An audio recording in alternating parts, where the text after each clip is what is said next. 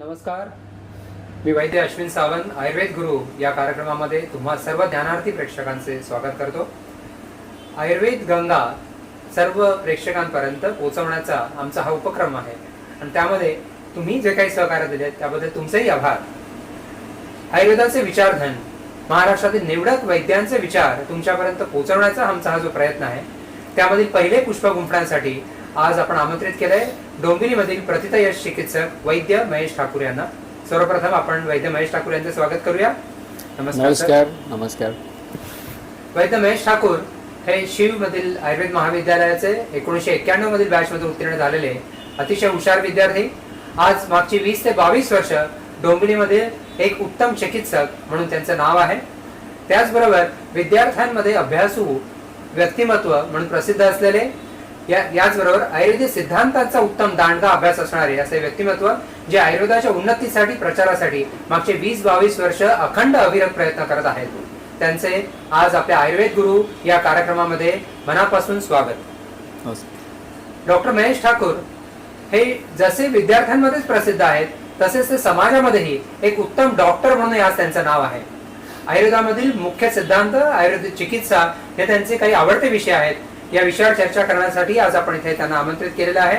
वैद्य महेश ठाकूर जे आज तरुण पिढी समोर एखाद्या आदर्शाप्रमाणे स्तंभाप्रमाणे उभे आहेत आणि तरुण पिढीला आयुर्वेदाचे मार्गदर्शक म्हणून आज त्यांचे मार्गदर्शन लाभत आहे. वैद्य महेश ठाकूर यांना सर्वप्रथम प्रश्न असा की सर, तुमच्या आयुर्वेदाचा जो काही अभ्यास आहे त्याचे श्रेय तुम्ही कुणाला द्या? आयुर्वेदाचा अभ्यास माझा जो झाला आणि चालू आहे याचं श्रेय माझे गुरु वैद्य नभो प्रभू, जे आयुर्वेद महाविद्यालय शिवचे माजी उपप्राचार्य आणि रसशास्त्र भैषज्य कल्पनेचे प्राध्यापक, त्यांना मी देईन. कारण माझ्या विद्यार्थी दशेमध्ये असतानाच मी त्यांच्याकडे शिकायला जात असे आणि त्यांच्याकडे मी दवाखान्यामध्ये कंपाऊंडर म्हणून काम करत असे आणि तेव्हा पुड्या बांधणं, औषध देणं अशा सगळं मी तिथे शिकलो आणि त्याचबरोबर आयुर्वेदिक सिद्धांतांचा विचार कसा करायचा ते शिकलो. मुख्य म्हणजे सरांनी मला जे शिकवलं, जे मला आजही मार्गदर्शन त्यांचा लाभत असतं आणि जे शिकवलं महत्त्वाचं ते म्हणजे प्रश्न विचारायला शिकवलं. मुख्य म्हणजे जे काही तुम्ही वाचाल, जे काही ऐकाल ते नुसतं फक्त ग्रहण करू नका. तुम्हाला स्वतःला ऐकलेल्या प्रत्येक गोष्टीला, वाचलेल्या प्रत्येक गोष्टीला प्रश्न विचारायला शिका.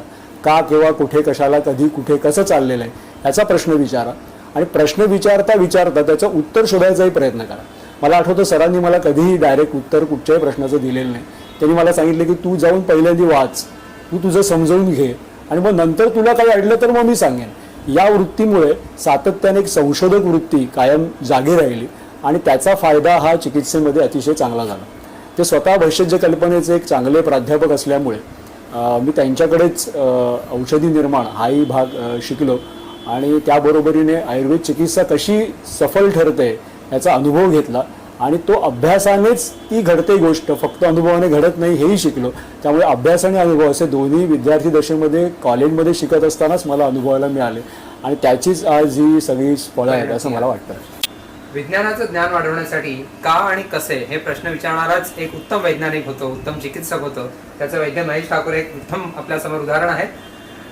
डॉक्टर, व्यवसायाच्या आरंभीच्या दिवसांमध्ये कुठल्याही व्यावसायिकाला प्रश्न येतात, त्या कोणते प्रश्न तुम्हाला आले आणि त्या प्रश्नाची सोडवणूक तुम्ही कशी केली? प्रश्न आले म्हणजे एकतर अगदीच कॉलेजमधनं बाहेर पडल्यानंतर मी एक साधारणतः 7-8 महिन्यात दवाखाना सुरू केला आणि सुरू केला तेव्हा तो आयुर्वेदीय चिकित्सक म्हणून आणि डॉक्टर असं न लावता वैद्य महेश ठाकूर असं लावून सुरू केला. 20 वर्षापूर्वीची गोष्ट आहे. 1990 मध्ये स्वतःला वैद्य म्हणून घेणं हे खरोखर तुलनेने कठीण गोष्ट होती आणि ते आव्हान तुम्ही त्याच वेळेला पेललं होतं. आणि वैद्य त्या काळात कसं होतं की वैद्य म्हटल्यानंतर तो टोपी घातलेला, धोतर असलेला आणि त्या पद्धतीचा जुना एक असा एक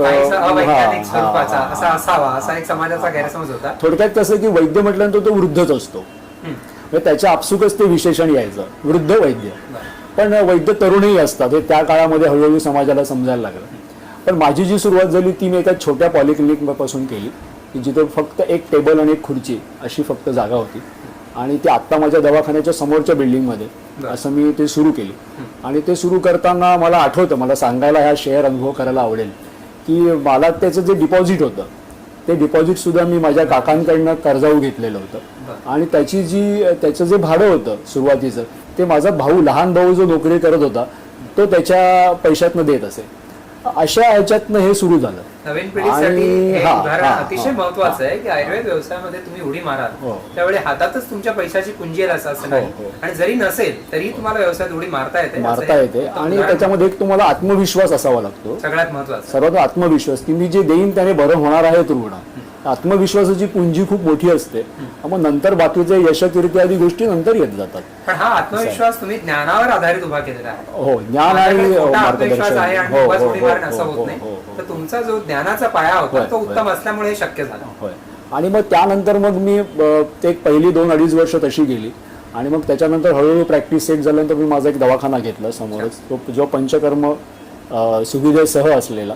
आणि मग त्याच्यानंतर दुसरा दवाखाना घेतला. असं करत एक 2 दवाखाने, डोंबिवली पूर्व आणि पश्चिम, इथे माझे पंचकर्म सुविधेसह आज आहेत. बरं. तर या गोष्टी हळूहळूच घडत जातात.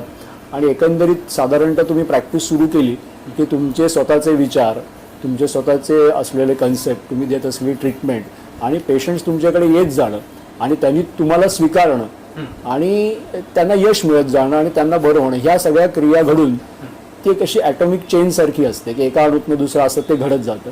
हे घडायला साधारणतः 2.5 ते 3 वर्ष लागतात असा माझा अनुभव आहे. त्यामुळे एखाद्याने प्रॅक्टिस सुरू केली की लगेच 2 महिन्यात 3 महिन्यात निराश होण्याची गरज नाही आहे. खूप छान. पेशंट तुमच्याकडे आला, तो कितीही संख्येने येऊ दे, 2 आले, 3 आले, 1 आला, तरी तो तुमच्याकडे येतोय का परत आणि तो कन्व्हिन्स होतोय का, एवढंच महत्वाचं. संख्या महत्वाची नाही, तो कन्व्हिन्स होतो. 1 असला तरी चालेल, तो तुम्हाला नंतर रुग्ण मिळवून देईल. संख्या महत्वाची नाही, कन्व्हिन्स पेशंट होतोय का हे महत्वाचं आहे. व्यवसायामध्ये 999 दिवस तरी द्यावे लागतात, तेव्हाच तो व्यवसाय यशस्वी होतो असं म्हटलं जातं. त्याचं हे खरोखर छान उदाहरण आहे. आणि दुसरं हे महत्वाचं की आलेल्या 1-2 रुग्णांच्या अपयशावर निराश न होतात, तसंच आपण जो मार्ग ठरवलाय त्या मार्गावर पुढे चालत राहणं एवढंच महत्वाचं आहे. डॉक्टर, आरंभीचा व्यवसाय म्हणजे साधारण 1991-92 मध्ये तुम्ही सुरू केलेला व्यवसाय आणि आज 2013, एक 20-22 वर्षानंतर ह्या व्यवसायांमध्ये, त्या काळामध्ये जे काही स्थित्यंतर झाले, तर त्या व्यवसायाचे चित्र आणि आजच्या व्यवसायाचे चित्र यामधला फरक कसा सांगाल? त्या काळामध्ये कसं होतं की मला असं म्हणावंसं वाटेल की खरं म्हणजे आयुर्वेदाच्या एकंदरीत शास्त्राच्या सध्याच्या काळातल्या उन्नतीला सुरुवात होणारा तो एक साधारणतः 80-82 पासूनचा काळ होता. आणि त्यानंतर आयुर्वेदामध्ये औषधांनी बरे होतात रुग्ण, इंजेक्शन घ्यायची गरज लागत नाही, असं थोडं थोडं त्या 90 पासून सुरू झालेलं होतं. त्या काळामध्येच मला असं वाटतं की मला प्रॅक्टिस करायला मिळाली हे माझंच मी भाग्य समजतो. आणि त्या काळातच ते सगळं माझं वैद्यकीय शिक्षण पूर्ण झालं. पण फक्त असं झालं की त्या काळामध्ये महत्त्वाची गोष्ट अशी होती की आज जसं पंचकर्म करून घ्यायला लोक, मला पंचकर्म करायचं आहे असं म्हणून सांगायला लोक येतात, तसं त्या काळात नव्हतं. त्या काळामध्ये भरपूर आयुर्वेदाचा प्रचार प्रसार करावा लागला. त्यासाठी आजकालच्या काळामध्ये लोक जसं कॅम्प्स घेतात, पत्रकं वाटतात, अशा कुठच्याही पद्धतीचा आधार न घेता माझी स्वतःची प्रॅक्टिस झालेली आहे आत्तापर्यंत 20 वर्षाची. आणि माझ्या गुरूंची तशीच आहे आणि माझ्या ओळखीच्या चांगल्या सन्मित्रांची पण तशीच प्रॅक्टिस आहे. म्हणजे मला सांगायला अगदी मुद्दा आवर्जून सांगावं असं वाटतं की माझ्या आतापर्यंत 20 वर्षाच्या प्रॅक्टिसमध्ये मी कोणताही कॅम्प स्वतःच्या वैयक्तिक याच्यासाठी घेतलेला नाही. काय झालं की वेगवेगळ्या प्रकारचे, या शहराचंच उदाहरण देतो, या शहरामध्ये की तशी सुशिक्षित वस्ती आहे, तरीही आयुर्वेदाचे मूलभूत सिद्धांत, आयुर्वेदातली पथ्यकल्पना, पंचकर्म, एकंदरीतच सगळ्याचा आवाका इतका मोठा आहे की तो जनतेपर्यंत गेलेला नव्हता. म्हणून वेगवेगळ्या प्रकारचे प्रचार प्रसारांचे असे आम्ही वेगवेगळ्या व्याख्यानमाला, लेख लिहिणे, त्यानंतर वेगवेगळ्या प्रकारचे योग आयुर्वेद पदविका अभ्यासक्रम नावाचे सामान्य जनतेसाठी काही विशिष्ट उपक्रम चालवणे, अशा काही गोष्टी सुरू केल्या. आणि त्यामुळे लोकांना कळायला लागले की आयुर्वेदामध्ये एवढ्या वेगवेगळ्या प्रकारची चिकित्सा उपलब्ध आहे, वेगवेगळ्या आजारांवरती अशा पद्धतीने उपक्रम आहेत, उपचार आहेत. आणि त्यानंतर मग लोकांच्या एक अवेअरनेस हा जागृत त्यावेळेला चांगल्या प्रकारे या गोष्टींनी झाला. त्या काळामध्ये टी व्हीमध्ये, पेपरमध्ये मोठ्या प्रमाणावरती, आजकाल असं आहे की आयुर्वेदासाठीच म्हणून एखादं चॅनल अस्तित्वात येईल की अशी आता दिसायला लागली. त्यामुळे प्रत्येक चॅनलवरती काहीतरी आयुर्वेदाचा कार्यक्रम असतो, तेव्हा तसं नसायचं. तर त्यामुळे त्या सगळ्या काळामधला जो भाग आहे प्रचार प्रसाराचा, हा एकंदरीतच सर्व आयुर्वेदीय क्षेत्राला त्या सगळ्या प्रचार प्रसाराचा फायदा झाला असं म्हणायला हरकत नाही. फक्त तो प्रचार प्रसाराची जी एक पद्धत होती ती आयुर्वेद समजून सांगण्याची होती, मला समजून घ्या सांगण्याची नव्हती. हे मी मुद्दाम स्पष्ट करून सांगू इच्छितो की हा आयुर्वेद असा असा आहे आणि हा असा असा तुम्ही अवलंबा, म्हणजे तुमचं हित आहे याच्यामध्ये. ते अवलंबण्यासाठी कोणाकडे जायचं ते तुम्ही ठरवा. माझ्याकडे हे असं असं आम्हाला अजिबात म्हणायचं नाही. त्यामुळे त्यावेळेचा प्रचार हा खऱ्या अर्थाने आयुर्वेदाचा प्रचार होता, शास्त्रावर व्यक्तीचा प्रचार नव्हता. हे मी मुद्दाम या ठिकाणी सांगू इच्छितो. ज्ञान अधिष्ठित प्रचाराला त्यावेळेला अधिक महत्व होतं व्यक्ती अधिष्ठित होण्यापेक्षा. आणि त्याचा तुम्ही किंबहुना त्यावेळेच्या अनेक वैद्यांनी अवलंब केला की ज्ञान आयुर्वेदाचं तुम्ही समाजापर्यंत पोहोचवलं तर समाजाला निश्चितपणे आयुर्वेदाचं आकर्षण वाटेल, आयुर्वेदाचं महत्व पटेल आणि हळूहळू ते रुग्ण तुमच्याकडे वळायला लागतील. आपल्या एकंदर जी रुग्ण परीक्षा आहे आयुर्वेदामध्ये, रुग्ण परीक्षेमध्ये नाडी परीक्षेला नितांत महत्व आहे. किंबहुना आयुर्वेद वैद्य म्हटला की त्याने हातात नाडी धरलीच पाहिजे, हे अगदी दीर्घकाळापासून चालत आलेलं आहे. त्याबद्दल तुम्ही काय सांगा? म्हणजे आता मी स्वतः नाडी परीक्षा करतो का, तर मी स्वतः नाडी परीक्षा करतो. मी नाडी परीक्षा शिकलो आहे का कोणाकडे, तर त्याचं उत्तर नाही असं आहे. मी माझ्या ज्या गुरूंकडे शिकलो त्यांनी दर्शन स्पर्शन प्रश्न याचाच सर्वात जास्त वापर केला. आणि ते प्रश्न विचारताना प्रश्न कसे विचारायचे आणि त्यातनं आयुर्वेदीय सिद्धांतांना उपयोगी अशी माहिती कशी गोळा करायची, त्याचं स्किल कसं असतं ते मात्र त्यांनी मला नक्की शिकवलं. मग नाडी परीक्षा का केली जाते याचा अर्थ असा होतो की जो पेशंट येतो त्याला ती अपेक्षा असते की जसं स्टेथोस्कोप लावून डॉक्टरने तपासावं किंवा ब्लड प्रेशर बघावं अशी जी एक सामान्य अपेक्षा असते, तशी आयुर्वेदीय चिकित्सा घ्यायला येणाऱ्या पेशंटची एक अपेक्षा असते की वैद्याने नाडी बघावी. त्याप्रमाणे मी स्वतः नाडी परीक्षा करतो. माझ्या माहितीप्रमाणे, माझ्या अल्पज्ञानानुसार नाडी परीक्षेचे 2 भाग पडतात. एक म्हणजे शास्त्रीय दृष्टिकोनातनं केलेली नाडी परीक्षा, म्हणजे काय की जे काही ग्रंथात सांगितलेलं आहे वात पित्त कफाची नाडी अशी अशी या ठिकाणी अशा पद्धतीने लागते, ती तुम्ही पहा. ते करत असताना वैद्य काय करत असतो, तर वैद्य ह्या प्रकृती, सार, त्या रुग्णाचं असलेलं एकंदरीत बसणं उठणं त्याचं बोलणं असा एक जजमेंट घेत असतो. आणि त्या सगळ्या माध्यमातून तो काहीतरी आपलं एक निदान करत असतो सर्वसमावेशक असं, आणि ते तो सांगतो आणि त्याच्यामध्ये त्याचा अनुभव असतो. विशिष्ट एक रुग्णाने वाक्य उच्चारलं की त्या वाक्यावरून सुद्धा, म्हणजे एका वाक्यावरून किंवा एका शब्दावरून सुद्धा, किंवा तुमचं नाव काय, नाव सांगण्यामध्ये असणारा त्याचं जे शब्द जे ध्वनित होतात त्याच्यावरून सुद्धा सूक्ष्म निरीक्षणाच्या साहाय्याने काही वैद्य हा एक अंदाज घेऊ शकतो. अशा पद्धतीची एक नाडी परीक्षा असते की ज्याच्या साहाय्याने आपण काही निदानं करू शकतो. दुसरं असं की खरोखरच वातपित्त कफांची नाडी कशी लागते, त्याचा स्पर्श कसा आहे आणि त्यानुसार शरीरात आत्ता कशी घटना काय घडत आहेत ह्याचा अंदाज आपण बांधू शकतो. ही एक झाला एक अंदाज स्वरूपाची एक नाडी परीक्षा की ज्याला एक काही पर्सेंटेजच महत्त्व आहे. कदाचित मी म्हणेन 30% वर नसावं. पण काही प्रकारची एक नाडी परीक्षा जी आहे ती आहे विशिष्ट प्रकारच्या आध्यात्मिक अनुभूती आणि साधनेवरती अवलंबून असलेली. याच्यावरती ऐकणारे लोक किती विश्वास ठेवतील हे मला माहीत नाही, परंतु जसं एखादा ज्योतिषी जो असतो तो कुंडली मांडून आणि गणित करून एखाद्याचं भविष्य सांगतो, आणि काही ज्योतिषी हे नुसतं आलेल्या व्यक्तीला पाहून त्याची सगळी पुढचं मागचं सगळं भविष्य सांगून टाकतात. त्यांना गणिताची गरज नसते. तर गणिताच्या माध्यमातनं आणि काही सिद्धांतांच्या माध्यमातून आणि सूक्ष्म निरीक्षणाच्या माध्यमातून केलेली नाडी परीक्षा आणि काही साधनेच्या द्वारे केली गेलेली नाडी परीक्षा असे 2 भाग पडतात. तर माझा अंतर्भाव स्वतःचा मी आत्ता असं म्हणेन की पहिल्या स्वरूपाच्या वैद्यांमध्ये होतो की जो आत्ता तरी शास्त्र अधिष्ठित नाडी परीक्षा करणारा अशामध्ये माझा समावेश होतो. काही वैद्य नक्की आहेत असे, पूर्वी होऊन गेलेले आहेत, आजही आहेत असं अनेक जण म्हणतात की ज्यांच्याकडे वेगळ्या प्रकारची नाडी परीक्षा आहे आणि तो वेगळ्याच अनुभूतीचा भाग आहे. त्याबद्दल आता इथे बोलणं इष्ट नाही. एकंदर असं म्हणत आहे की नाडी शास्त्र म्हणण्यापेक्षा नाडी पाहणं, रुग्णाची नाडी पाहणं ही कला आहे. शास्त्र किंवा विद्या म्हणण्यापेक्षा ही कला आहे. एकंदर तुमचा इतक्या वर्षांचा अनुभव, चिंतन, विचार, पण ही कला जरी असली तरी याच्यामध्ये काही एक गर्भित शास्त्र, याच्यावरती आता खूप मोठ्या प्रमाणावरती प्रोजेक्ट सध्या चालू आहे. आपल्याला माहिती असेल तर की विशिष्ट प्रकारचे सेन्सर्स निर्माण करून ते सेन्सर्स वात पित्त कफांच्या नाड्यांचे ज्या ठिकाणी आपल्याला स्थानं सांगितलेली आहेत तपासण्याची त्या ठिकाणी लावून त्याचे ग्राफ घेतले जातात आणि त्या असे ग्राफ एकत्रित करून त्यांचा प्रकृतीशी आणि विकृतीशी काय संबंध आहे याच्यावरती खूप मोठं जवळपास लाखभर रुग्णांचा डाटा गोळा करून त्याच्यातनं निघणारे इन्फरन्सेस याचं काम सध्या खूप मोठ्या प्रमाणावरती चालू आहे. हे आपल्या माहितीसाठी मी तुम्हाला सांगतो. येणाऱ्या वर्षामध्ये आपल्याला नाडी परीक्षेवर अचूक म्हणजे विशिष्ट प्रकारचे ग्राफ तिथे सापडले तर त्यामुळे ह्या रुग्णाला भविष्य काळामध्ये एखादा हार्ट अटॅक येण्याची शक्यता किंवा मायोकार्डियल इन्फेक्शन किंवा इस्चेमिक हार्ट डिसीज होण्याची शक्यता आहे, असं स्वरूपाचं काही आपण निष्कर्ष काढू शकतो का, याच्या जवळ लोक आज आलेले आहेत त्यामध्ये परीक्षण करणारे. आणि त्याच्यामध्ये जी लोक आहेत ती नामवंत आहेत, म्हणजे IIT मधनं पास झालेले असे काही नामवंत लोक आहेत, इंजिनियर्स आहेत, काही चांगले मोठे प्रोफेसर्स आहेत, BRC मधले काही लोक आहेत, काही वैद्य आहेत, अशा सगळ्यांचा मिळून एक मोठा प्रोजेक्ट सध्या चालू आहे. आयुर्वेद महाविद्यालय शीव येथेही या पद्धतीचं एक छोटं सेंटर सुरू झालेलं आहे आणि त्या ठिकाणी अशा पद्धतीचं परीक्षण करून त्याचं पुढच्या वैज्ञानिक स्वरूपाचं कार्य सुरू आहे. मग त्यात निश्चित काहीतरी आपण काढू. आशा करूया. एकंदर तुमच्या रुग्ण परीक्षेमध्ये किंवा रुग्णाला जो उपचार देण्याची पद्धत आहे त्यामध्ये आधुनिक तपासण्या किंवा मॉडर्न इन्व्हेस्टिगेशनचा रोल किती आहे, त्यांची भूमिका किती आहे?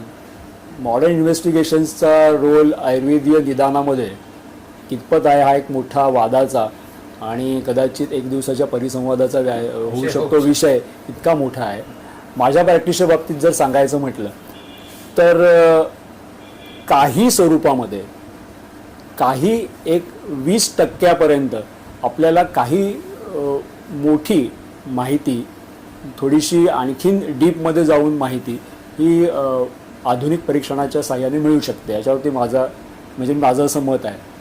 कुठच्या स्वरूपाची मिळू शकते तर षटक्रिया काल जे आहे, चय प्रकोप प्रसर स्थानसंशय व्यक्ती आणि भेद अशा स्वरूपाचे.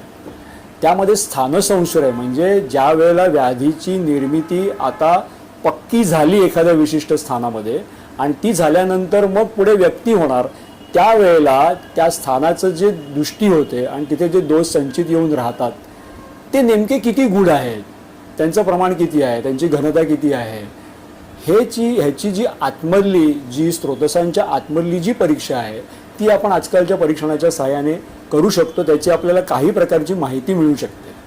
पण त्या ठिकाणी मी हे स्पष्ट करू इच्छितो की ती जरी माहिती मिळाली तरी तो व्याधी कसा तयार झाला, कुठून तयार झाला, त्याचं उद्भवस्थान काय, आमाशय आहे की पक्वाशय आहे, कुठच्या दोषामुळे झाला, त्याला कोणते हेतू कारणीभूत होते, याची मात्र माहिती तुम्हाला मिळू शकत नाही. त्यामुळे स्थानविकृती किती आहे, किती झालेली आहे, स्रोतसांमध्ये बिघाड किती झालेला आहे हा आपण जज करू शकतो. परीक्षणावरनं जज करू शकतो जशा दर्शन स्पर्शन प्रश्नाने, तसं आणखीन आतमध्ये शरीरात डोकावून बघण्याच्या आणखीन काही उपलब्ध झाल्यात आज आपल्याला टेस्ट, तर त्याचा वापर आपण तेवढाच करू शकतो. पण तो मर्यादित स्वरूपाचा असू शकतो. एक दुसरं असं की हा व्याधी पुढे जाऊन बरा होतो आहे का नाही, आतमध्ये काय घडतंय हे बघण्यासाठी आपण त्याचा वापर करू शकतो.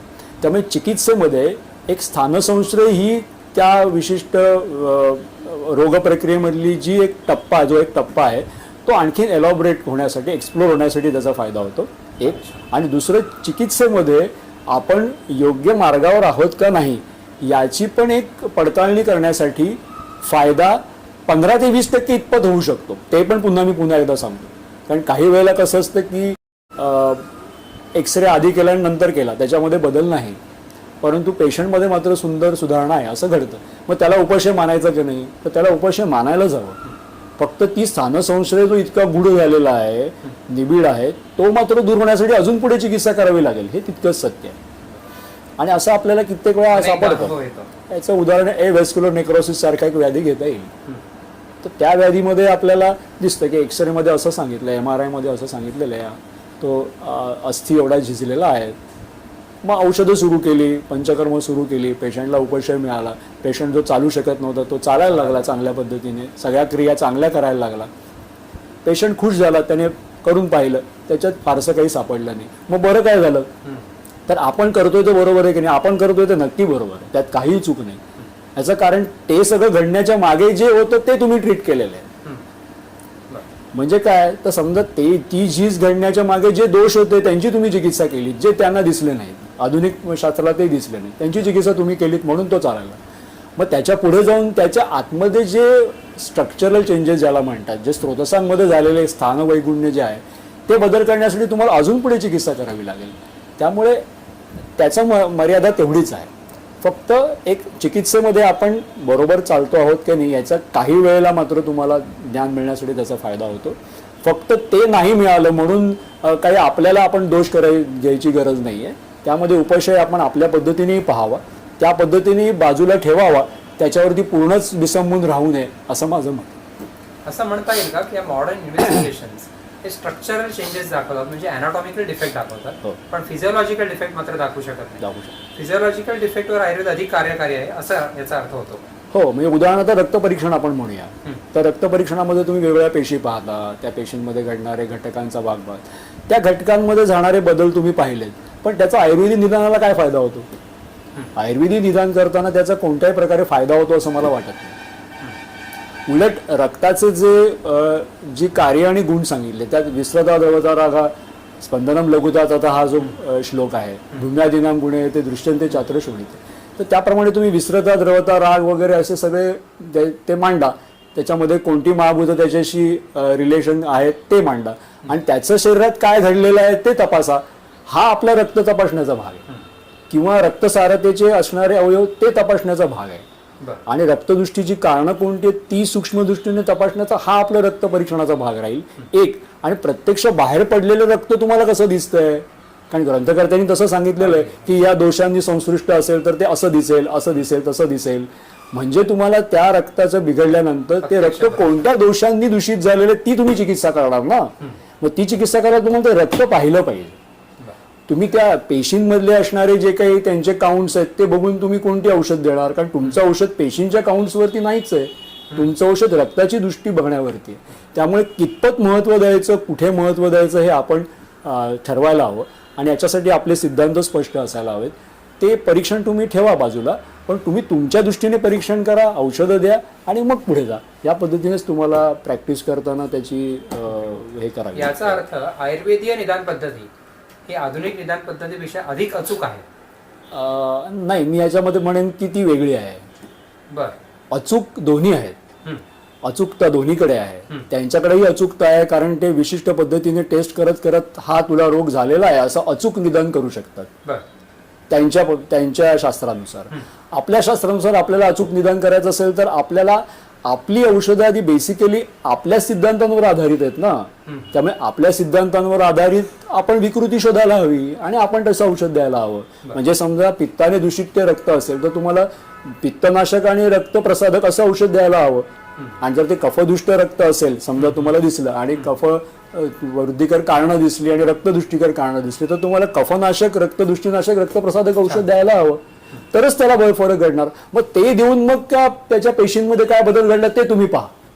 पण तुम्हाला औषधाची निश्चिती करायची असेल तर तुम्हाला ते काउंट्सचं, आपण एक उदाहरण घेतलं म्हणून सांगतो की WBC काउंट आहेत, मग अजून वेगवेगळे पेशींचे प्रकार आहेत, त्यांचे जे काउंट्स आहेत किंवा ESRI वगैरे हे तुम्हाला त्या व्याधीची गंभीरता दर्शवतील. ती तुम्ही एका बाजूला तुमच्या मनात नोट डाऊन करून ठेवा, ती तुम्ही नोट डाऊन करून ठेवा. पण तुम्हाला जेव्हा चिकित्सा करायची, औषध निवडायचं आहे, तेव्हा तुम्हाला आयुर्वेदीय सिद्धांतांचा आणि निदानाचाच वापर केला पाहिजे. आणि त्याबरोबरीने तुम्ही डोक्यामध्ये हे ठेवलं पाहिजे की बाजूला की हे असं असं याचे व्याधी आहे आणि आयुर्वेदानुसार ते असं असं आहे आणि मॉडर्न शास्त्रानुसार तो असा असा आहे, ही माहिती करून ठेवायला काहीच हरकत नाही. का?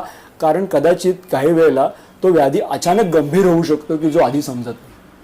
तर तो गंभीर स्वरूपाचा आहे का नाही आधुनिक शास्त्रानुसार हे मात्र तुम्हाला समजू शकतो. त्यामुळे तुम्ही कदाचित अचानक एकदम तुमच्या समोर येतं की अरे हा पेशंट चांगला होता आणि उद्या एकदम वाईट झाला, तर तो त्याचं प्रोग्नोसिस पुढे वाईट असणार आहे हे मात्र त्यांनी काहीतरी अचूकतेने सांगितलेलं असेल, ते मात्र तुम्ही एका बाजूला तुमच्या मनात ठेवलं पाहिजे.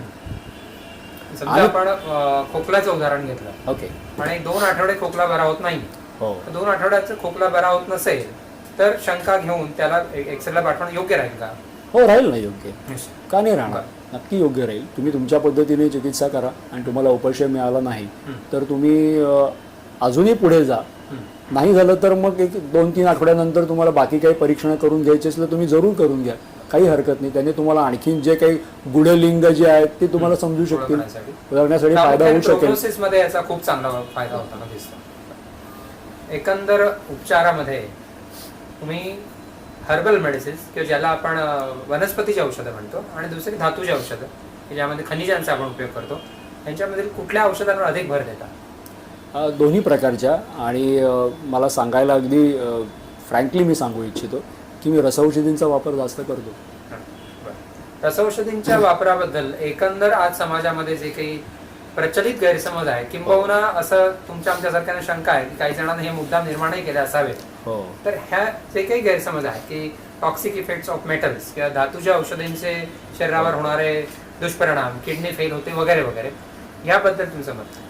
म्हणजे आता गेले 20 वर्ष मी प्रॅक्टिस करतोय आणि माझ्याकडे येणाऱ्या असे अनेक कुटुंब आहेत की जी कुटुंब कुठच्याही आजारासाठी आयुर्वेदाचं औषध घेणं प्रथम प्रिफर करतात आणि त्यांना मी आयुर्वेदिक औषध देत असतो. आता माझ्याकडे ते रुग्ण गेले 20 वर्ष येत असल्यामुळे त्यांनी 20 वर्षामध्ये सुक्षेकर, त्रिभुवनकीर्ती, आरोग्यवर्धिनी असे सगळे पारागंधकयुक्त ज्याच्यामध्ये औषधं आहेत असे कल्प घेतलेले आहेत, दीर्घकाळ घेतलेले आहेत. काही तर रुग्ण असे आहेत की जे मी प्रॅक्टिस सुरू करायच्या आधी काही वैद्यांकडे औषधं घेत होते आणि आता माझ्याकडे घेत आहेत. त्यामुळे त्यांची आयुर्वेदिक औषधं घेण्याची हिस्ट्री आज 35 ते 40 वर्षाची आहे, जी मी पाहिलेली आहे. त्यांना आज मी जेव्हा पाहतो आणि त्यांचे काही वेगवेगळ्या प्रकारच्या टेस्ट इतर काही गोष्टींसाठी इतर मॉडर्न मेडिसिनमधले तज्ज्ञ करून घेतात, तर त्यांचे सगळे लिव्हर आणि किडनीचे प्रोफाईल चांगले आहेत. त्यामुळे इतके वर्ष त्यांनी रसकल्प घेतले असतील विविध कारणांसाठी, दीर्घकाळ नसेल पण मध्ये मध्ये मध्ये मध्ये घेतलेत आणि मग 35-40 वर्ष घेतले सर्दी खोकल्यासाठी, आम्लपित्तासाठी, प्रवाहिकेसाठी, सगळ्या जनरल कारणांसाठी. तर त्यांचं काय झालं त्या पारागंधकाचं 35-40 वर्षात? तर त्यांना आत्ता तरी त्यांच्या महत्त्वाची जी मर्मस्थान आहे त्याच्यामध्ये काही घडलेलं नाही. म्हणजे शॉर्ट टाइम टॉक्सिसिटी नव्हे तर लॉंग टाइम टॉक्सिसिटी सुद्धा पाहिलेली आहे याचाच अर्थ. आणि किंबहुना आपण हे म्हणू शकतो की आयुर्वेदाने मागच्या हजारो वर्षांमध्ये लाखो लोकांवर हे वापरलेले आहे. सुक्षेकरची मात्रा असो, हेमगर्भ मात्रा असो का त्रिभुवनकीर्ती असो, ही लोकांच्या घराघरातली, आजीच्या बटव्यातली औषधं होती आणि कधी त्याचे दुष्परिणाम बघितलेले नाही. त्यामुळे तुम्हाला हे निश्चित वाटतं का की मेटल्सचा जे काही दुष्परिणामाचं आज चित्र रंगवलं जात आहे हे योग्य आहे की नाही? ते एक विशिष्ट हेतूने प्रेरित असावं असं म्हणायला नक्कीच जागा आहे आणि असं सगळ्या आयुर्वेदिक वैद्यांचं नक्कीच मत आहे की हे काहीतरी विशिष्ट हेतूने प्रेरित आहे. आणि दुसरं असं की याच्यामध्ये बरेच लोक सांगतात, विशेषतः स्टॅटिस्टिक्समधले तज्ज्ञ सांगतात की समजा तुम्ही खरंच इतके वर्ष हे वापरताय तर समाजामध्ये मोठा असा वर्ग दिसायला पाहिजे होता की ज्यांना मोठ्या प्रमाणात किडनी फेल झाली. बरं, मी प्रॅक्टिस करतो तसं वैद्यांकडनं प्रिस्क्रिप्शन न घेता सुद्धा असेच परस्पर औषधासाठी किती लोक आहेत. मग आयुर्वेदाच्या औषधांचा खप इतका प्रचंड प्रमाणात आहे. आज जर एक विशिष्ट कंपनी आरोग्यवर्धिनी इतके शेकडो किलो बनवते, दुसरी अजून काही टनावारी बनवते, त्यांची आरोग्यवर्धिनी खपते आहे म्हणजे लोक घेत आहेत. जर ते लोक घेत आहेत तर ते तेवढेच पटपट पटपट आजारी पडायला पाहिजे होते, त्यांच्या सगळ्या किडन्या खराब व्हायला पाहिजे होत्या. तेवढं प्रमाण दिसतंय का? द्यायला पाहिजे तर तसं काही दिसत नाही. याचा अर्थ स्टॅटिस्टिक्सच्या दृष्टिकोनातून विचार केला तर मोठ्या प्रमाणावरती समाजामध्ये जर ते औषधं घेतली जातात तर तेवढ्या मोठ्या प्रमाणात तुम्हाला रुग्ण दिसत आहेत का? तर तसे दिसत नाहीयेत. या उलट तुमच्या असं दिसून येतं की विशिष्ट काही पट्ट्यांमध्ये लोक शोधतात की या विशिष्ट पट्ट्यांमध्ये आर्सेनिक पाण्यामधनं जास्त जात आहे, तिथे तुम्हाला दिसतंय की तिथे मोठ्या प्रमाणावरती किडनीचे फेल्युअर असलेले लोक आहेत, विशिष्ट भारताच्या काही ठिकाणी.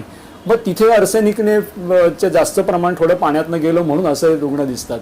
मग आयुर्वेदिक औषधांमधनं जे धातू जातात त्याने का दिसत नाहीत? तर मग त्याच्यातच ही वैशिष्ट्य येतं की आयुर्वेदानुसार जे शुद्धीकरण केलं जातं त्याने जे काही त्याच्यावरती जे काही संस्कार केले जातात त्याने त्या औषधं जी शरीरात जातात ती त्यांचं अस्तित्व असेपर्यंत त्यांचं काम करतात आणि मग ती सुखनैव बाहेर पडतात. शरीरातल्या मर्माश्रित अशा किंवा मर्मस्थानं असलेल्या विशिष्ट अवयवांना कोणतीही बाधा न पोचवता.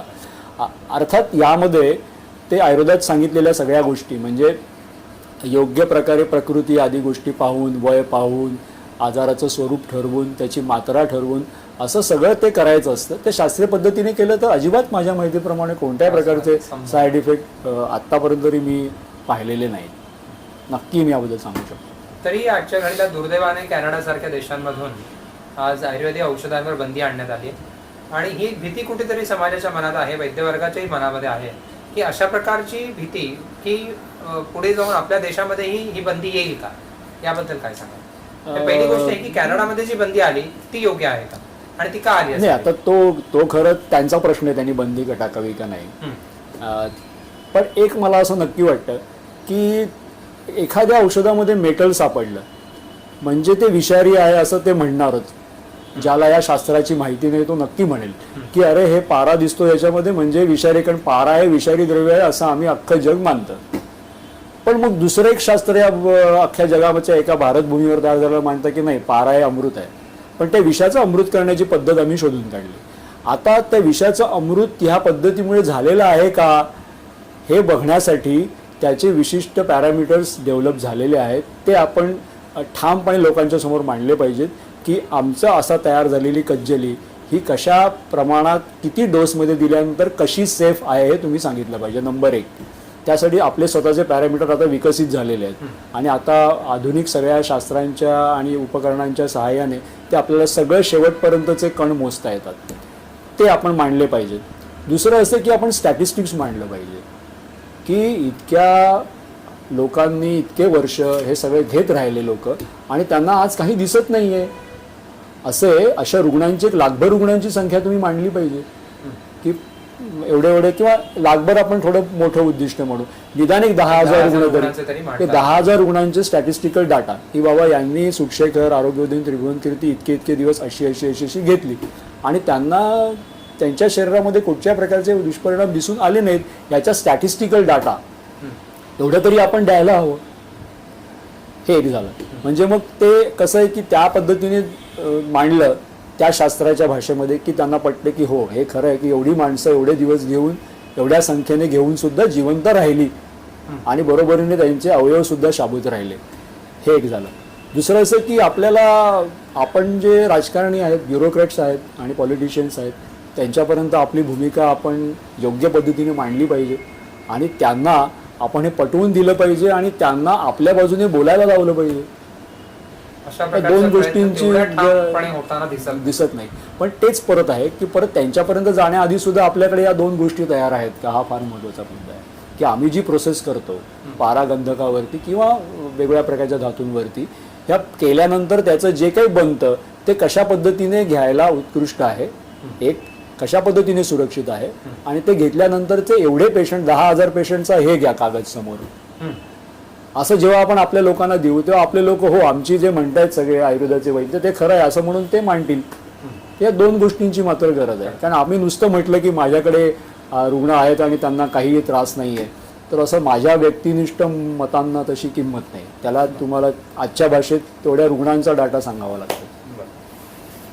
एकंदर आधुनिक विज्ञानाने दिलेले सिद्धांत आणि आयुर्वेदाचे सिद्धांत आपल्या आयुर्वेदाच्या अभ्यासाबद्दल आणि आयुर्वेदाच्या सिद्धांताबद्दल काही शंका नाही परंतु आयुर्वेदीय सिद्धांतांना आधुनिक सिद्धांतांची जोड द्यायची गरज आहे का? याचे मी दोन भाग करेन. एक तर म्हणजे जोड कशा प्रकारे देणार आपण. जोड देणं जे आहे ते योग्य आहे की अयोग्य आहे त्याच्यातनं फायदा कोणाचा होणार आहे. तर आयुर्वेद शास्त्राचा फायदा हा आधुनिक शास्त्राचे सिद्धांत समजून घेतल्याने खरोखर होणार आहे का तर माझं म्हणणं असं आहे की स्पष्ट म्हणणं आहे की तसं होणार नाही. कारण आयुर्वेदाचं औषध पुन्हा मागे सांगितलं तसं की आयुर्वेदाची चिकित्सा देण्यासाठी आयुर्वेदाचे सिद्धांतच हवेत. मग कुठच्या स्तरावरती फायदा होईल तर आधुनिक सिद्धांत जे काही वेगवेगळे समोर येत आहेत गेल्या काही वर्षामध्ये त्यात आयुर्वेदाने सांगितलेल्या सिद्धांत पूरक म्हणजे की बाबा दिवा स्वाप केल्यानंतर शरीरामध्ये अशा पद्धतीने मधुमेह होण्याची शक्यता असते किंवा दिवा स्वाप केल्यानंतर घेतल्यानंतर पॅनक्रियासचं कार्य थोडं का होईना मंदावतं. या गोष्टी कुठेतरी सिद्ध झाल्या. या त्यांनी सिद्ध केल्या म्हणून आता चला आम्ही पण हो म्हणतोय असं नव्हे. पण आमचे जे विद्यार्थी आहेत जे विद्यार्थ्यांना आयुर्वेदाची बॅकग्राऊंड अजिबात नाही आहे 12वीपर्यंत आणि त्या एका विशिष्ट भूमिकेमधनंच सतत सगळं जग पाहत आलेले आहेत विज्ञाननिष्ठ भूमिकेमध्ये. विज्ञाननिष्ठ म्हणजे कुठच्या मॉडर्न आधुनिक विज्ञाननिष्ठ भूमिकेतनं अख्खं जग पाहत आलं आणि तशी त्यांना जाणीवपूर्वक सवय लावलेली आहे आपल्या शिक्षण क्षेत्राने. ती चुकीची नाही आहेच. मग त्यांना जेव्हा आयुर्वेदाकडे वळवायचं असेल तेव्हा काही विशिष्ट मर्यादेपर्यंत तुम्ही त्यांना आपल्या सिद्धांतांचं कसं महत्त्व आहे सांगण्यासाठी आज येणारे वेगवेगळ्या सिद्धांतांमधनं येणारे जे आयुर्वेदाचे सिद्धांत स्पष्टपणे दिसत आहेत की नाही तुम्ही म्हणताय ते सगळं हो आता आमच्या लक्षात येते हे जेव्हा होईल तेव्हा ते थोडे आकृष्ट होतील आणि एकदा ते आकृष्ट झाले की पुढे मग त्यांना शुद्ध आयुर्वेदाच्या पद्धतीने विचार करायची सवय त्यांना पुढे लावून घ्यायला हवी. त्यामुळे त्या विद्यार्थ्यांची मनोभूमिका आयुर्वेदाकडे नेण्यासाठी काही प्रमाणामध्ये तुम्हाला ह्या सिद्धांतांचा वापर करता येतो. एवढाच त्याचा रोल मी समजेन. आधुनिक विज्ञानाचे जे अभ्यासक आहेत फिजिसिस्ट असो केमिस्ट असो बायोलॉजिस्ट असो ह्या सर्वांना जेव्हा आयुर्वेदाचे सिद्धांत पटवायचे त्यावेळेला ह्या आधुनिक वैद्यकाच्या आधुनिक विज्ञानाच्या सिद्धांतांची जोड द्यावी का?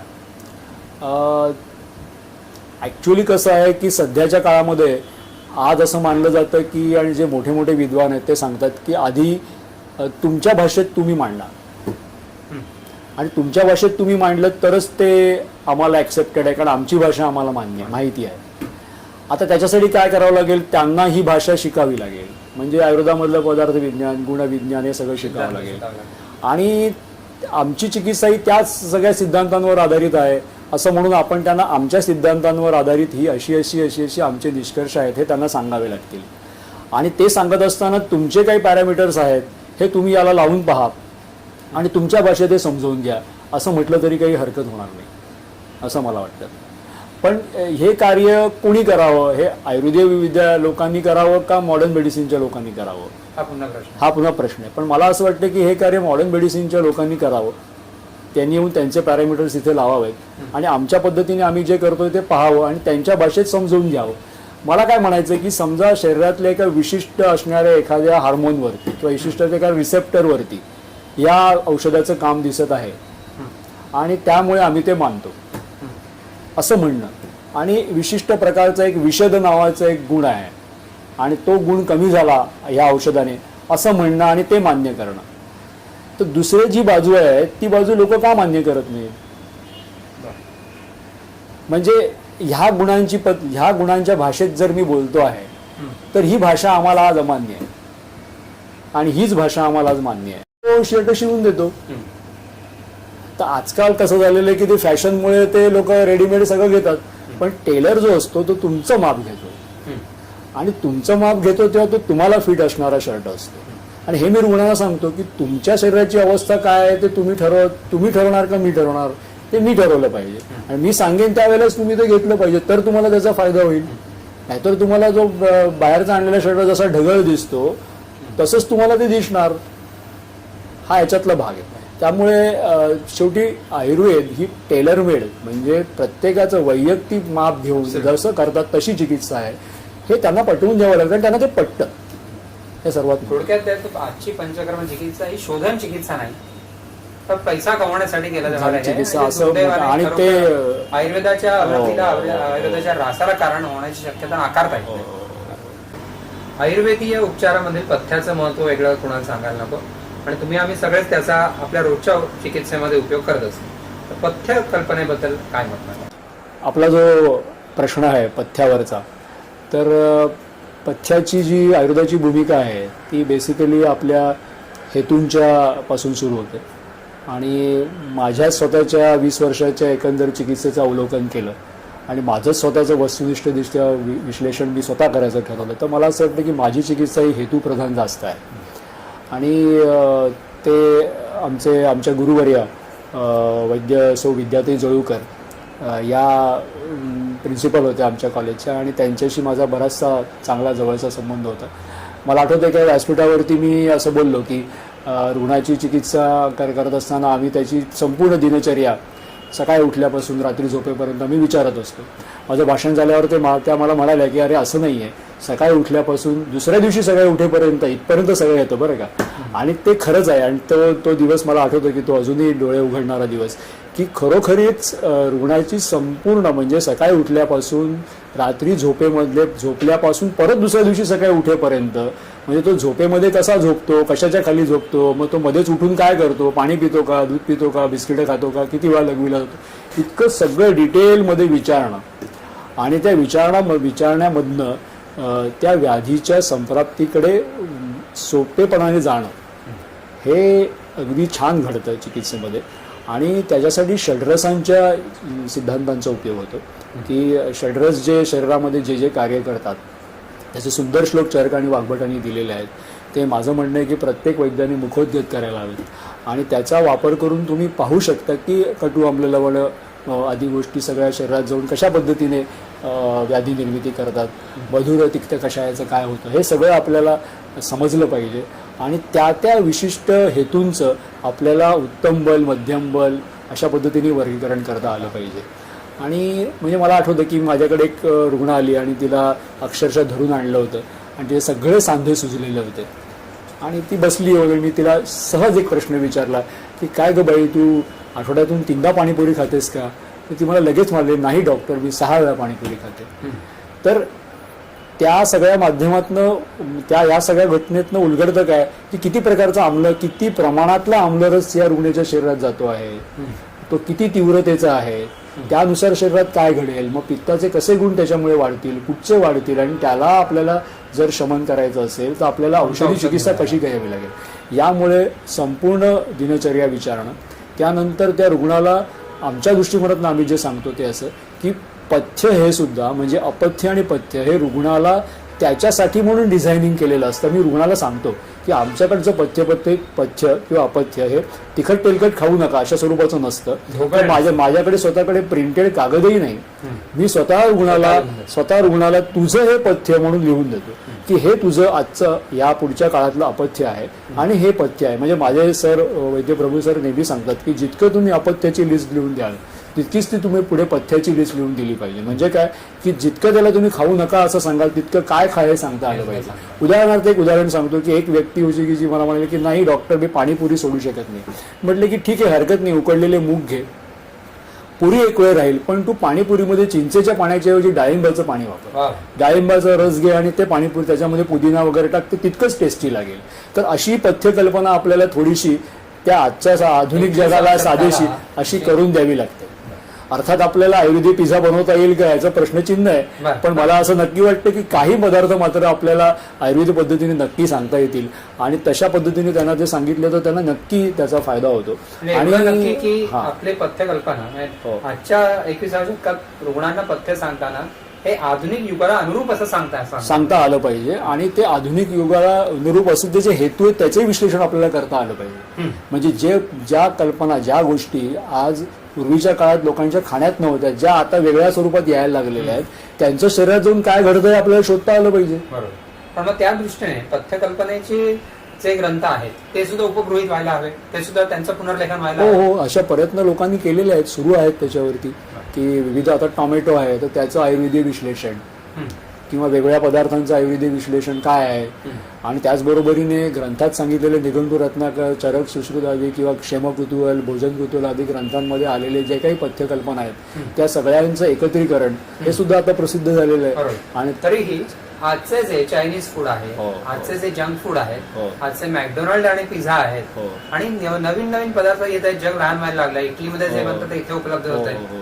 तो साल्मन मासा जो परदेशात उपलब्ध होतो आपल्याकडे नाही, तो इथे उपलब्ध होतो. तर ह्या प्रत्येकाचे गुणदोष सांगता यायला हवे. त्या दृष्टीने काय करायचं? त्या दृष्टीने आपल्याला स्वतंत्र प्रकल्प हातात घेऊन त्या सगळ्या पदार्थांची स्वतंत्र मांडणी पुन्हा एकदा करायला हवी.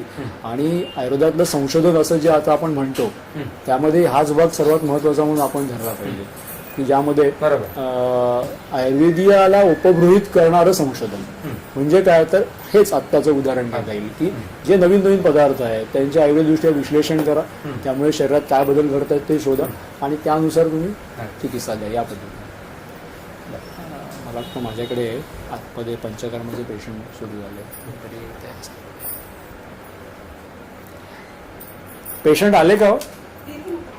ठीक आहे, मग त्यांना तिकडून आतमध्ये घ्या आणि दरवाजा लगेच बंद करून द्या आणि हा पडदा पूर्ण ओढून घ्या.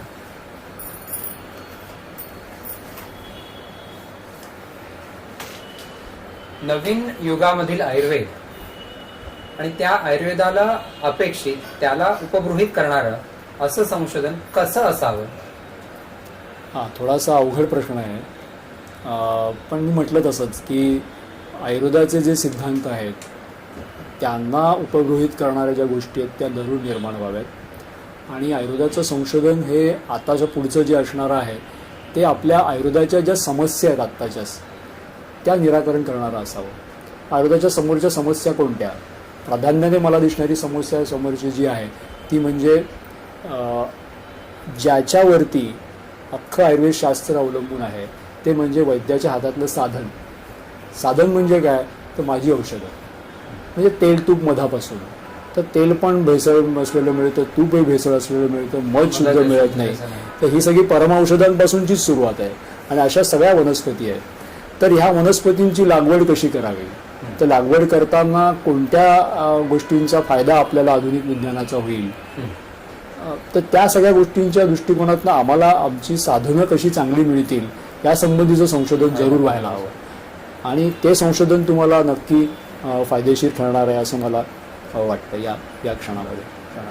म्हणजे उदाहरणार्थ सांगायचं झालं तर नॅनो मेडिसिन या माध्यमातून आपल्याला हरितकीची मात्रा जर आता हरितकी तेवढी उपलब्ध नाही आहे तर ती मात्रा कमी करून तसाच अनुलोमन रिझल्ट मिळवता येईल का, अत्यल्प स्वरूपात देऊन सुद्धा मिळवता येईल का, हा एक भाग झाला. किंवा मग टिश्यू कल्चर मेथडने आपल्याला वनस्पतींचं संवर्धन करता येईल का.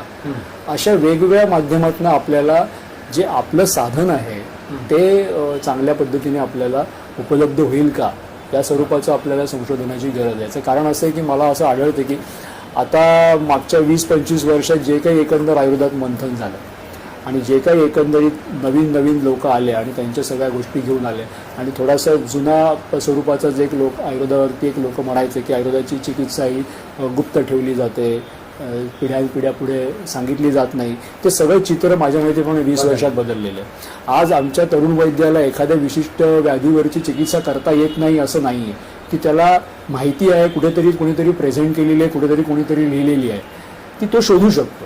हे मार्गदर्शन त्याला उपलब्ध आहे. पण परिस्थिती अशी की तो जरी सगळं करू शकतो, आज त्याला अनेक व्याधींची चिकित्सा करता येते असं जरी त्याला माहिती असलं, कोणीतरी केलेली आहे ती त्याच्यासमोर आहे असं जरी असलं तरी तो करणार कशाच्या साह्याने, तर ते दुरापस्त होत चाललेलं आहे. म्हणून त्या विषयावरचं संशोधन एक जरूर व्हायला हवं. मग ह्या पार्श्वभूमीवर तुम्ही 21व्या शतकापेक्षाही 22व्या शतकातल्या आयुर्वेदाकडे कसं बघता? हो, म्हणजे फार पुढचा प्रश्न आहे हा. पण मला असं नक्की वाटतं की पुढच्या काळामध्ये आयुर्वेदाचं महत्त्व प्रचंड प्रमाणात वाढत जाणार आहे आणि त्या सगळ्यामध्ये आज मी म्हटलं तसं लोकही म्हणत आहेत की आज परदेशामध्ये सगळीकडे मोठ्या प्रमाणावरती नैसर्गिक पद्धतीने जे शास्त्र डेव्हलप झालेले आहेत ते सगळं म्हणजे मग अन्नधान्य सुद्धा आम्हाला नैसर्गिक पाहिजे, औषध सुद्धा नैसर्गिक पाहिजे आणि सगळं जे काही निसर्गाशी संबंधित आहे ते तुम्ही आम्हाला सांगा, अशी सगळीकडची मागणी होत चाललेली आहे. त्यामुळे आयुर्वेदाचे पुढचे दिवस हे नक्की चांगले आहेत. उद्या कदाचित असंही होईल 22व्या शतकामध्ये की आजही त्याचे थोडेसे गोष्टी दिसायला लागल्या आहेत की फक्त नुसतं लाईफस्टाईल कन्सल्टंट अशा स्वरूपाची सुद्धा उद्या येण्याची शक्यता आहे.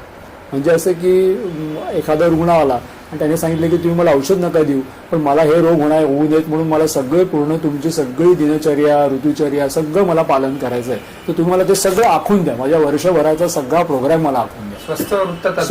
स्वस्त वृत्त तज्ञांना नक्की मागणी येणार उद्या. आणि स्वस्त वृत्तानुसार आम्हाला पंचकर्म सांगा, तर आम्ही पंचकर्म करून घेऊ आणि तुमच्या स्वस्त वृत्तानुसार तुमचे जे काही सगळे ते आम्ही फॉलो करू आणि तुमची काही विशिष्ट रसायन आहेत ती आम्ही घेऊ आणि ही घेण्यासाठी आम्ही प्रिव्हेंटिव्ह स्वरूपात आज मला काही झालेलं नाही पण उद्याचं मला दिसतंय भविष्य ते मला नको आहे म्हणून तुमचं रसायन, तुमचं स्वस्त वृत्त आणि तुमचं पंचकर्म हे तुम्ही आम्हाला सांगा, वर्षभराचा अख्खा प्रोग्राम द्या, तो आम्ही फॉलो करू. हे 22व्या शतकात लोक सांगायला येतील जे आज फक्त रोगी झाल्यावर येत आहेत ते येणार, आज त्याची चाहूल दिसायला लागलेली असं मला मेडिसिन मध्ये आयुर्वेदाचं महत्व वाढणार हे निश्चित आहे. आणि दुसरंही आहे की औषधांवरची संशोधनं वाढत जातील मोठ्या प्रमाणावरती, आवळ्यावरती, हरड्यावरती, गुळवेलीवरती आणि त्यातनं परत मला असं दिसतं की त्यातनं येणारी औषधं ही उद्याच्या मार्केटमध्ये असणार आहेत. मग ती मॉडर्न मेडिसिनचा सगळा पोशाख घेऊन येतील पण त्याच्यामध्ये बेसिक आयुर्वेदाची असं दिसतंय मला पुढे येऊन, तर ते तसं असणार आहे उद्याचं सगळं पुढची फार्माकॉलॉजी, पुढचं सगळं मेडिसिन त्याच्यावर आधारित असणार आहे असं दिसतंय. ह्या सगळ्या 22व्या शतकातला आयुर्वेदाला किंबहुना 22व्या शतकात फार पुढे राहिलं. 21व्या शतकामध्ये येणाऱ्या वर्षांमध्ये आयुर्वेद असाच उत्तम अवस्थेत राहायला हवा, आयुर्वेदाची दिवसेंदिवस प्रगती व्हायला हवी आणि या दृष्टीने आयुर्वेदीय विद्यार्थी सुद्धा तेवढाच ज्ञानी व्हायला हवा. यासाठी महाविद्यालयांनी, शिक्षकांनी, एकंदरच विद्यार्थ्यांनी काय कसे बदल करायला हवे? म्हणजे हा तर प्रश्न खूप मोठ्या चर्चेचा आणि कायम चिंतेचा आणि नैराश्य आणणारा आहे. याचं कारण असं की सध्या जे काही महाविद्यालयामध्ये चाललेलं आहे त्या ठिकाणी ज्ञान सोडून इतर गोष्टींच्या बाबतीत सगळ्या गोष्टी चालू असतात. म्हणजे एखादं मोठं युनिव्हर्सिटीचं किंवा मोठ्या असणाऱ्या इन्स्टिट्यूटचं कॅम्पस हे कसं ज्ञानविषयक चर्चांनी, ज्ञानविषयक उपक्रमांनी भरलेलं असावं अशी आपली खरं कल्पना असते, पण तसं नाही आहे, दिसत नाही. जे विद्यार्थी येतात ते सगळे आयुर्वेदाकडेच यायचं म्हणून येत नाहीत, ते त्यांच्या समोर काहीच चित्र स्पष्ट नसतं असे येतात. त्यांना ॲडमिशन घेताना या सायन्समध्ये काय आहे याची सुतराम कल्पना नसते. ठीक आहे, ते आपण अज्ञ समजू, पण त्यांना घडवण्याची जबाबदारी जी आहे, घडवणं ही जी गोष्ट आहे ती शिक्षकांकडनं घडत नाही अजिबात. किंबहुना ते शिक्षक असतात ते त्यांच्या रुटीन पद्धतीने शिकवत जातात आणि हे सगळं शिक्षण हे सगळं टेक्स्टबुक आधारित आणि युनिव्हर्सिटीच्या सिलेबस आधारित होत राहतं. ते शिक्षण गुरुकुल पद्धतीसारखं व्हायला हवं. म्हणजे कसं की तो शिक्षक त्या कॅम्पसमध्ये आहे, मग त्या विद्यार्थ्याची जवळीक वाढते आणि तो त्या तासांच्या बाहेर जाऊन सुद्धा त्याच्याशी गप्पा मारतोय, त्याची चर्चा करतोय, त्याला ज्ञान देतोय. अशी अशी गोष्टी घडायला हव्यात, त्या घडताना तुम्हाला दिसत नाही. आणि जे काही चाललेलं आहे ते परीक्षार्थी लोक तयार करण्याचं काम चाललेलं आहे. जे काही शिकवलं जातं ते टेक्स्टबुक उघडूनच शिकवलं जातंय. जे शिकवलं जातं ते टेक्स्टबुक मधलंच शिकवलं जातंय. टेक्स्टबुकच्या बाहेरचं काहीच शिकवलं जात नाहीये. त्यामुळे विद्यार्थी म्हणतात की अरे हे तर सगळं टेक्स्टबुकमध्ये लिहिलंय, तेच तुम्ही आम्हाला वाचून दाखवता. वाचून न दाखवणारे एक्सप्लेन करणारे. मी नेहमी म्हणतो की वाचणं, समजणं, ते समजून वापरता येण्यासारखी परिस्थिती निर्माण करणं, या एक एक टप्पे आहेत, त्या टप्प्यांपर्यंत जाणंच कुणी होत नाही सध्या असं दिसून येतं. म्हणजे केवळ जी शिकवण्याची पद्धत राहिलेली आहे ही फक्त आम्ही तुमच्या सिलेबसमधला असलेला जो तुमचा निर्धारित अभ्यासक्रम आहे तो आम्ही तुम्हाला पूर्ण करून देतो. म्हणजे असं तर मला वाटतं की काही वेळेला की कॉलेजमध्ये न जाता सुद्धा एखादा व्यक्ती आरामात परीक्षा देऊ शकेल. किंबहुना काही दिवसांनी कॉलेजमध्ये जायची गरज आहे का? कारण कित्येक वेळेला असं मला दिसतं उद्याची हे दिसतं असं चित्र की कदाचित नुसतं फक्त स्काईपवरती किंवा नेटवरनं लेक्चर्स दिली जातील आणि लोक शिकतील. कॉलेजमध्ये कशाला जायला हवं? याचं कारण असं की कॉलेजमध्ये गेल्यानंतर गुरूंजवळ गेल्यानंतर ज्या वेगळ्या पद्धतीने, म्हणजे गुरु जेव्हा जे गेलं जातं तेव्हा शिक्षण स्पॉन्टेनियस सुरू होतं. शिक्षणाचा तास नसतो, शिक्षण 24 तास चालू असतं. आणि ती पद्धत आज गेलेली आहे. आणि परत दुसरं असं की जे काही आज आपण सांगतो मुलांना ते सगळं मूळ विषय समजावून न देता नुसता फक्त पाठ करा अशा स्वरूपाचं असतं.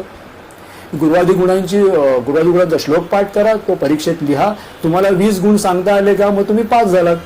अरे पण 20 गुणांचा उपयोग कसा करायचा कसा करावा याचा मार्ग होत नाही. आणि दुर्दैवाने काय होतं की जे शिकवतात ते आयुर्वेद चिकित्सा करत नाही. त्यामुळे त्यांनाच त्याचं महत्व पटलेलं नसतं, ते कसं सांगणार? हे सगळं असं विचित्र चित्र झालेलं आहे. त्याच्यामुळे आयुर्वेदाच्या कडे ओढा असणारे कमी विद्यार्थी तुम्हाला दिसून येतात.